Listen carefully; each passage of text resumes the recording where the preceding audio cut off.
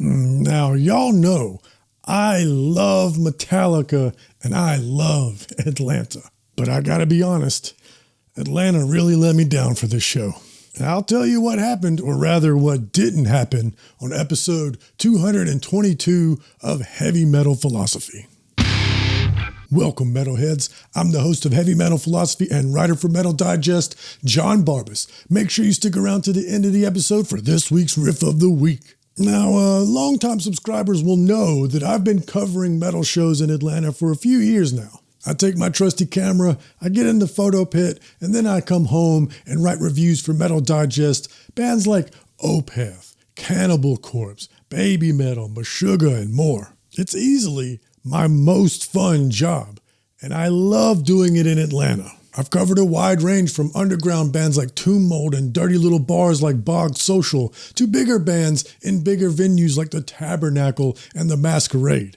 I've never done an arena though, that maybe I should make that my next goal. Anyway, with all the setup out of the way, prior to this past Tuesday, I had seen Metallica 3 times. And while I'm always down to see the band that started it all for me, I haven't seen them since 2009 when they were touring with Lamb of God and Gojira.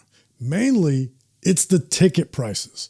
When I was a kid, I saw them with Godsmack and I was hanging over the rail in front of the stage for less than $90. But prices aren't that low anymore, and I can't bring myself to pay hundreds of dollars for a ticket that's not even on the floor. So the last time they came through my neck of the South, my wife told me she wanted to go. She'd never seen Metallica before, and I talked her out of it because of the ticket prices. If we both go, now we're talking like $400-ish, and they won't even be good seats? Well, I felt bad about that. My wife told me she wanted to see Metallica, and I talked her out of it.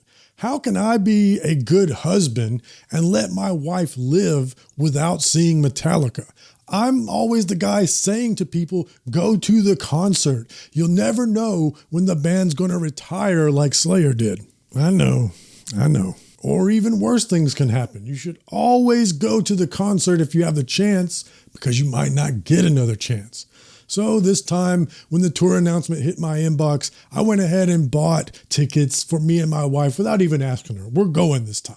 And after I got over the price I paid, I was pretty excited. I love Metallica. And I was really looking forward to making my wife happy, but also going to a concert as a fan. I didn't have to worry about my camera, coordinating with their PR or tour manager and security, any sort of special rules that I have to follow. I was able to just enjoy the show without worrying about my job.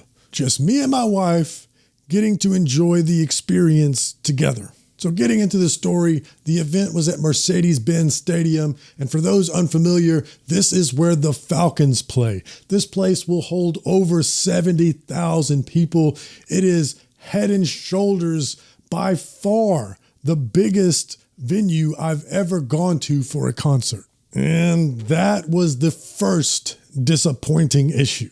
Now, like I said, I've seen Metallica several times before. Each one of those times was also in an arena. Nobody my age has seen Metallica in a venue smaller than an arena, but this one was extra big. I've never seen them or anybody else in a room this big. And so when the opening band, Suicidal Tendencies, went on, the sound was awful. The reverb was out of control, and the music was nearly unintelligible. I also think maybe their style of crossover thrash and punk just isn't meant for arenas. The notes just bled into each other and never seemed to decay. It just sounded chaotic and cacophonous down there.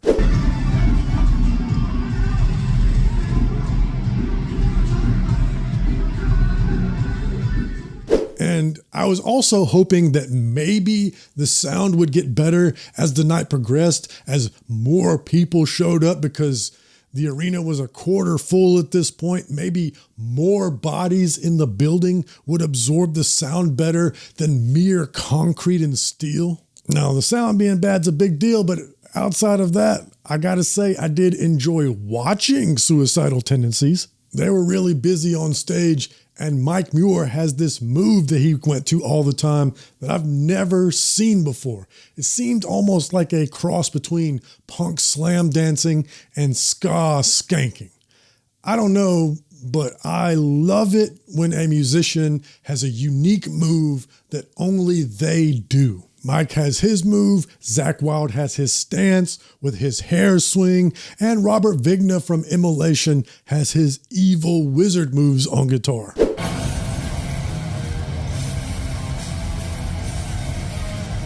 So Pantera went up next, and two things immediately stood out to me. First of all, my theory proved kind of true a little bit. As more people came into the arena, the sound did improve, but also maybe their sound is just better suited for arenas because there's actual space in between the notes. But the other thing I noticed was everyone in the mezzanine around me was still seated. Now, I understand everyone being seated during Suicidal Tendencies set, and that's no shade at ST. I'm just saying most of the people going to this concert were there for Metallica. I mean, half of the ticket holders weren't even in the building at that time.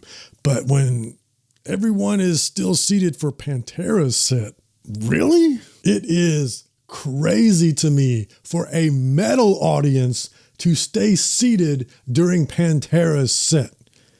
And I gotta say, I also don't really feel like I actually saw Pantera. I mean, Phil's voice was incredible. It's as strong, if not stronger, than it's ever been. But Zakk Wylde, one of my favorite guitar players, he, to me, sounded like Zakk Wylde playing Pantera songs. All the squeals he normally does, the way he runs through the scales, everything.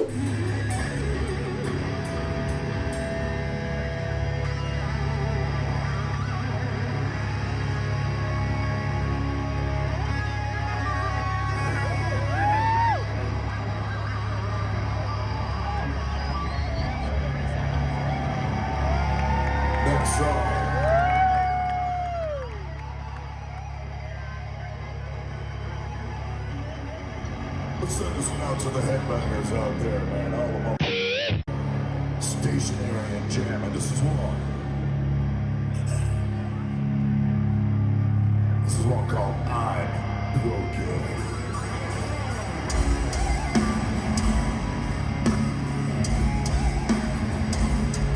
And I'm not surprised by that. It only makes sense. I'm just pointing out, I don't feel like it was the same experience. But okay, cool. I had a good time hearing these songs live, and now Metallica's about to go up. So surely Atlanta will stand up, right? Nope. Maybe it was just the section I was in. Maybe other sections of mezzanines weren't chock full of disrespectful and tired people. But when the Ecstasy of Gold started playing over the PA, I stood up and I was alone. And I thought to myself, that's weird. But I figured it's just their intro music. Everybody will stand up when Metallica actually takes the stage. Nope. And here was the biggest disappointment of the night for me. After the Ecstasy of Gold ended, they opened their set with Creeping Death. And like I've said, I've seen them multiple times before, but I'd never seen Metallica play Creeping Death live. And I really wanted that. That was the song that I was hoping for the most, because I've always wanted to be in an arena full of thousands of people all chanting "Die" during the breakdown.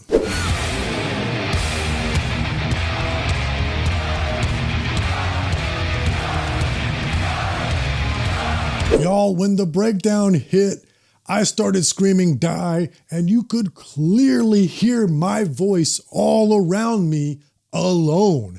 I was the only person doing it. Super embarrassing.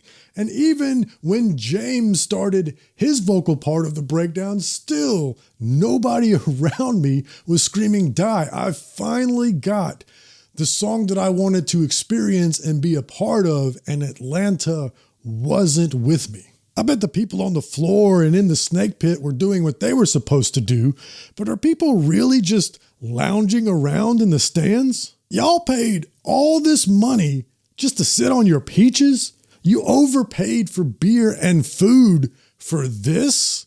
Why not just stay at home and watch a live DVD? You'd be able to see the band better. I can't believe it. I tried not to let it bother me so I could enjoy the rest of the show. I stayed standing. I headbanged during my favorite parts. I sang along. My wife danced and had a good time, and she was happy, so that was the most important thing to me. And speaking of singing, I gotta say, James's voice sounded great. He's really become an impressive singer.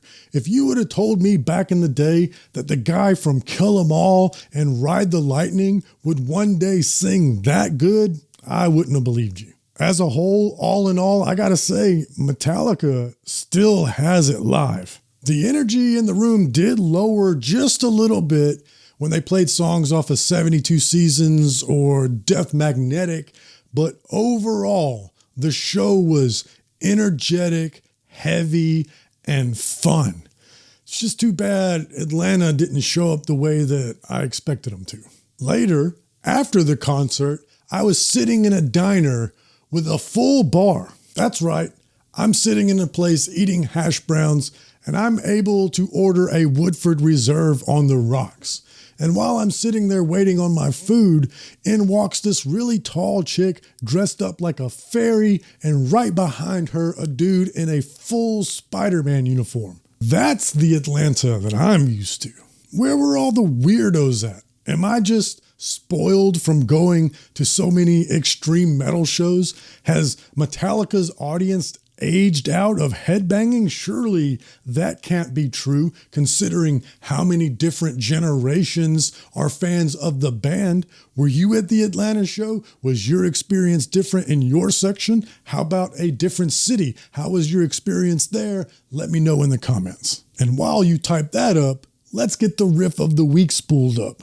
But before we do the riff of the week, if you're on YouTube, you can see my sweet new Metallica shirt. And longtime subscribers might have noticed I've never wore a Metallica shirt during any episode. It's not because I didn't buy a bunch of them back in the day. It's because back in 2009 and before, your boy Jon Barbas only weighed 145 pounds. He was a skinny mini. But your boy's been in the gym since then, and all of my band shirts from my teenage years and my 20s, they don't fit anymore. I had to get rid of them, which is kind of like a sad poem.